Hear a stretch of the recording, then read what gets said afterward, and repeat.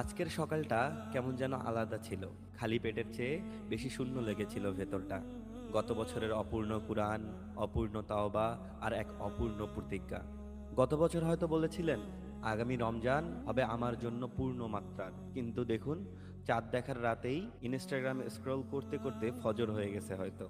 তাই আজ মোবাইলটা নয়, নিয়তটা বন্ধ করুন। নিয়ত শুধু রোজা রাখবো নয়, নিয়ত হলো আপনার ভেতরের খালিটা স্বীকার করা। তাই বলুন, হে আল্লাহ, আমি দূরে সরে গেছি, আপনার কাছে ফিরে আসতে চাই।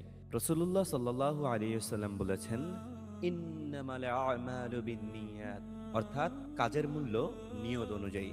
নিয়ত পরিষ্কার হলে একই রোজা হয় নতুন, নইলে শুধু ক্ষুধাই থেকে যায়। সুতরাং প্রথম দিনের রোজা শুরু হোক এই দৃঢ় নিয়তে। আজ একটাই কাজ, সারাদিন নিজেকে এই দোয়ার উপরে রাখো। বলো, হে আল্লাহ, আমার এই দাউ দাউ ক্ষুধা শুধু আপনারই সন্তুষ্টির জন্য।